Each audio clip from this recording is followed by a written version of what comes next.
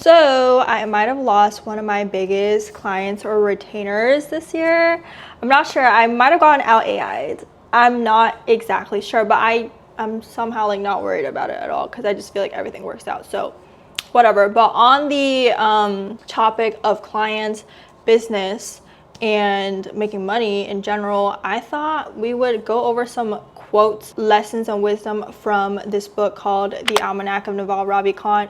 For anybody who is interested in making money, wealth creation, business, I think this would be very helpful. This book is really big in the business world, but I don't think the everyday person knows when everyone can benefit from it, especially the girlies. Like, being of the demographic, I feel like we don't talk about this kind of stuff. Maybe we just don't care. Like, I don't know, but I care. And if you're about it too, let me know. But yeah, obviously this video is for everyone as well. The first section of the book is about wealth, making money, and stuff like that. And one of the biggest things he says, there's kind of 4 different ways or types of leverage you can use in making money. That is capital, labor, code, and media. So capital is when you need money to make money.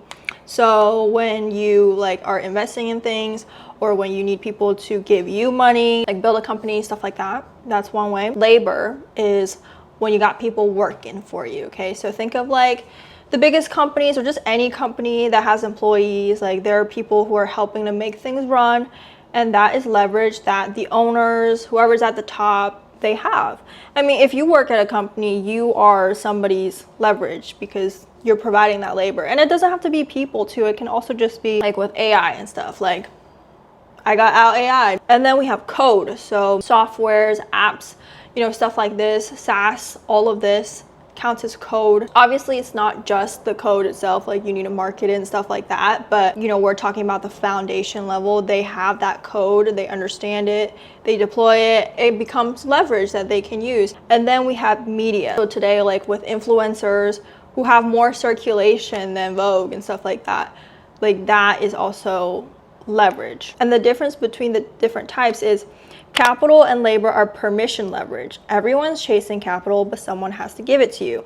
Everyone's trying to lead, but someone has to follow you. Code and media are permissionless leverage. They're the leverage behind the newly rich. You can create software and media that works for you while you sleep. Does that make sense to y'all? Because I think this is such a huge idea. It might sound obvious when you hear it, but having it be so simplified like that, I feel like is really easy to understand, and how you think about like what you might want to do. Capital labor takes more work because you need someone's permission to have it.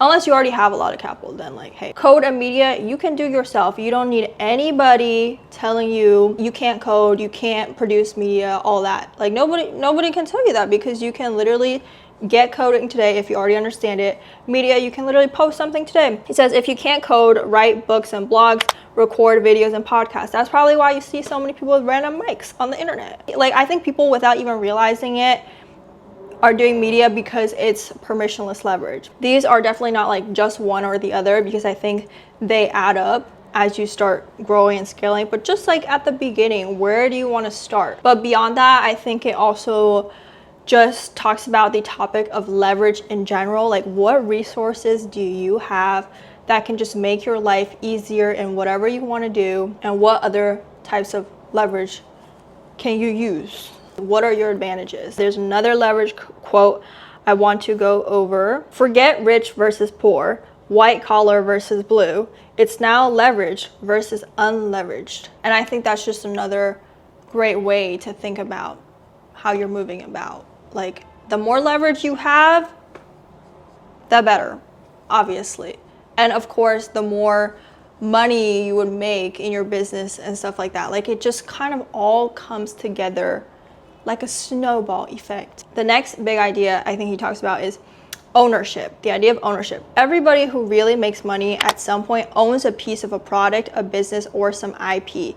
That can be through stock options. If you work at a tech company, that's a fine way to start. But usually the real wealth is created by starting your own companies, or even by investing. And it also relates to build or buy equity in a business. I mean, I think the easiest way for any of us is to invest in the stock market and stuff like that, because it's like a small portion. Like, you see people who just live off of their investment portfolio. So like, that's literally why they have ownership. And the portfolio could be in the stock market, or it could be in other things they have, like properties, businesses. So it really just makes sense. Like the math checks out. So that is something also to think about, like your ownership, where you want to place your ownership, how you might want to do that.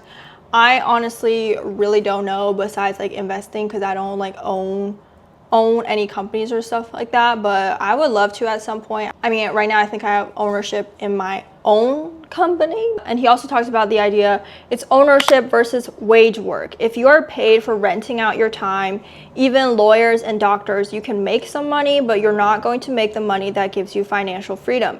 You're not going to have passive income where a business is earning for you while you are on vacation. And I think a lot of people glorify lawyers and doctors, and I think that landscape's even gonna change with AI and stuff like that.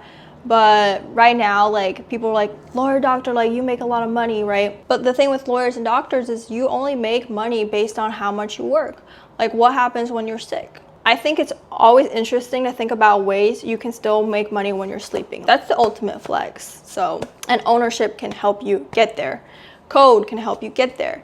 Media can help you get there. Capital labor can all help you get there. You don't want the output to always be tied into the time you're putting in. And people say don't trade your work for time, or don't trade your time for money. I think you might always have to put in time regardless of what, but it's just like if your return is better. Like some people in an hour make $10, some people in an hour make $100, some people in an hour make $100,000. So it's just like all different. It's all spread out everywhere. And then the last idea I want to talk about, which I see a lot on social media, especially on TikTok. Understand ethical wealth creation is possible. If you secretly despise wealth, it will elude you. And I think this goes into the idea of everybody's relationship with their money. A lot of like how we grew up, how everyone grew up differently, and what they were told about money and stuff like this. But if it was negative, I think everybody needs to erase that. I see that in my family, because like one side's super abundant and then the other side is like mixed, I guess, like sometimes more scarcity, sometimes abundant. So I think like that kind of affected me as well. But in regards to quote, understand ethical wealth creation is possible, is I see so many people hate on wealth, like on social media. And that also goes with the concept, like, you're not relatable. Like, I'm sorry, but people don't have to be relatable. Like, a lot of people hate wealth and hate money, but then also want money. And that is a whole oxymoron in and of itself. So I think any anger, hate, resentment towards money, if you have that mindset, it's not going to help you. There are a lot of people who say it's not ethical, or they don't think it's ethical to be wealthy. And that is really a case-by-case situation. Like, a lot of people did not make their money in ethical ways, but there are people who also do. And then people say people who are rich are bad, but that doesn't mean that people who aren't rich are good. You know, there's really people on all sides. It's really easy for us, or our brain likes to think in black and white terms like that, but really there's all types of people everywhere, right? And it's like, even if that was the case, prove them wrong. Prove them wrong and do the right thing, and still make your money and make your coin. Anyways, you guys, I'm feeling kind of out of it. I think I'm just really hungry, so I'm gonna go. Hopefully my points came across correctly, but thank you guys so much for watching, and I'll see you in the next video. Bye. It's so windy out here. I want to film, but I don't think I can, so let's go inside.